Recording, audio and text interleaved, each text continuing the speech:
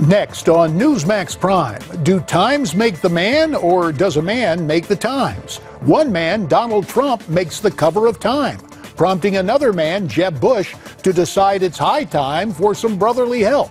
Former President George W. Bush sends out a fundraising email for his younger brother. Meantime, both Jeb and the Donald swap insults at competing town halls. This presidential campaign heats up, and Newsmax Prime starts right now.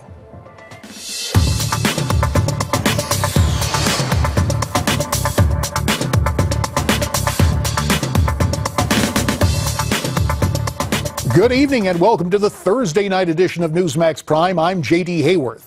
Of prime interest tonight, Trump ahead in the Sunshine State. A new Quinnipiac poll shows Donald Trump taking a lead over former Florida Governor Jeb Bush by a 21% to 17% margin. Both candidates were in New Hampshire last night, and both had plenty to say about the other. Miranda Kahn has more from our Newsmax Prime newsroom. Miranda? JD, both candidates are starting to turn up the heat in the race, with one getting assistance from the media, the other from his brother. Take a look at the new cover of Time magazine and the picture of Donald Trump staring down the camera with a serious and imposing glare on his face. The tagline next to the picture with a simple message, "Deal with it." As for Jeb Bush, some say it's gotten so bad he's turning to his brother, former President George W. Bush, for fundraising assistance. Now, he doesn't reference Donald Trump or any other candidate by name, but Mr. Bush says he knows his brother has a tough road ahead. Meanwhile, both candidates held town hall meetings in New Hampshire, just about 20 miles or less apart from each other, but many more miles apart when it comes to energy and excitement in the crowd, with both men taking aim directly at each other. I love these rowdy crowds. Isn't it great? There's spirit. There's spirit. You know what? I'll tell you what.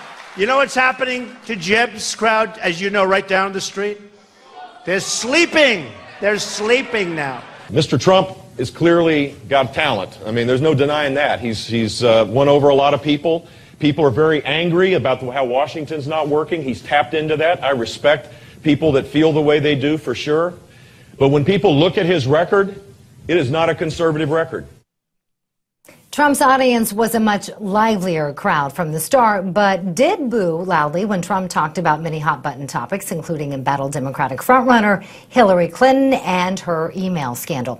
As for that Time article, Trump had a message for those who expect him to give up or burn out in this long and heated race, telling the interviewer that his critics should not plan on that happening anytime soon. JD? Thanks, Miranda. For more on this story, we're pleased to be joined by the former co-chairman of the Jeb Bush for Governor campaign in Florida and president of Tripp Scott law firm, Ed Pozzuoli. Also joining us from Newsmax Washington, my old congressional colleague, Michael Patrick Flanagan. Mike is the president of Flanagan Consulting. Gentlemen, to you both, thank you for spending some time here on Newsmax Prime. We referenced it earlier. That latest poll from Quinnipiac shows Donald Trump beating out both Jeb Bush and Marco Rubio in their home state of Florida. Here it is. Trump at 21%, Jeb Bush at 17%. Then Marco Rubio tied with Dr. Ben Carson, who has a home in Florida, both of them at 11%. Ed, what's your reaction when you see these numbers? You know, I'd be far more concerned if we're in February and March of next year. But given the history of Republican primaries and the latest flavor taking control of a poll or two at this time, remember, we had Rick Perry and Rick Santorum and a bunch of other ultimate also-rans ahead in the polls 4 years ago today, and so, or 4 years leading up into the primaries. So this is not unusual, and I think that Donald Trump does bring a certain amount of energy to the process. I don't think that's a bad thing. And it is worth noting, every campaign is different. I can appreciate the way polls changed in 2012, but heading into 2016, talk about energy. Michael Flanagan, Trump with that huge crowd last night, as opposed to Bush meeting with the veterans. Very different crowds. Was it a bad decision to have town halls scheduled at the same time? I think for Bush it was. The governor is a terrific guy. I'm sure if elected he'd be a great president. But he's nuanced. He is low energy, and I think the electorate is really looking for something else. Bush has managed to, Trump has managed to do something that Reagan did, and that's to be the happy warrior and to fight the good fight without really trashing the opponent. All he did was observe that the governor was a little low energy and was kind of a sleepy candidate, which is kind of true. But at the same time, then Bush turns on him with the kind of voodoo economics, the brutal attack sort of thing, which only diminishes him. I think Trump has put his arms around the Chicago guy way of running an election, a rough and tumble sort of way, without really drawing blood on brother Republicans. And I think Bush would do well to get some good advice to help him get to that same place. Well, let's take a look at some of the interchanges. For example, Donald Trump taking aim at Jeb Bush and his policies. Here's what he had to say.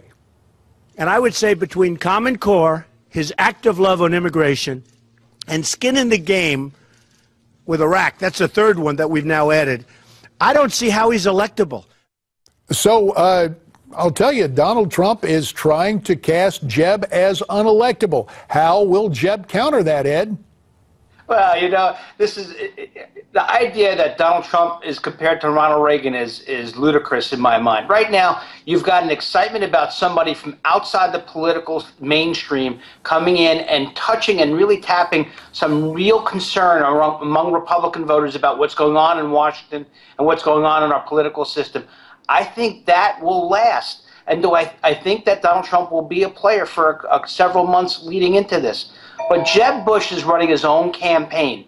He's a smart, considerate man who understands politics, who understands policy, and has led by example. There's nothing wrong with what Jeb Bush said yesterday when he called Donald Trump out for not being a true conservative. There are legitimate issues that Donald Trump cannot respond to. Well, one issue he's responding to with great clarity, and the contrast seems to be working, Mike Flanagan, is the whole illegal immigration dilemma, the immigration plan from Trump, and really, when you go back to Jeb before he officially announced describing illegal immigration as an act of love, Jeb has not done himself any favors in this campaign.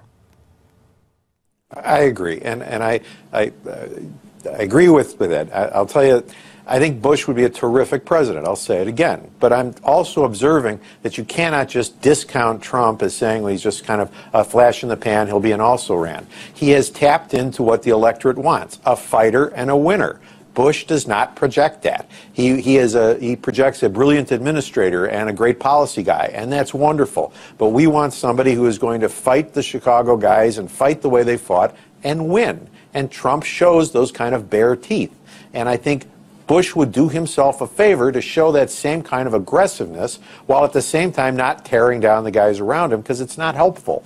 It doesn't help him, and I don't think it helps the discourse. Final 30 seconds to you, Ed. The notion that now Bush 43 has that email fundraising letter out for Jeb.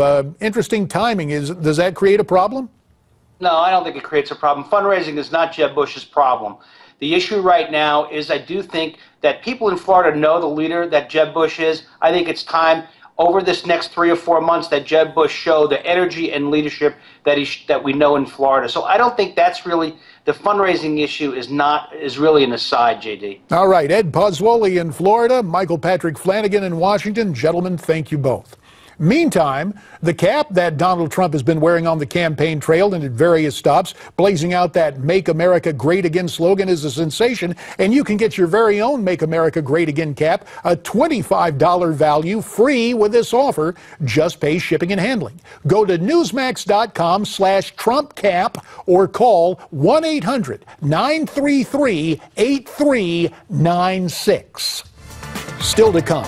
With Hillary Clinton's server scandal gaining traction, Dick Morris weighs in on just how much trouble she may face. Later, Donald Trump, Jeb Bush, and anchor babies. It's the topic of tonight's commentary in The Way I See It. But first, Iran in charge of inspecting its own nuclear sites? The former director of Central Intelligence, James Woolsey, joins us when Newsmax Prime continues. Newsmax Prime is brought to you by Lear Capital, America's precious metals leader since 1997.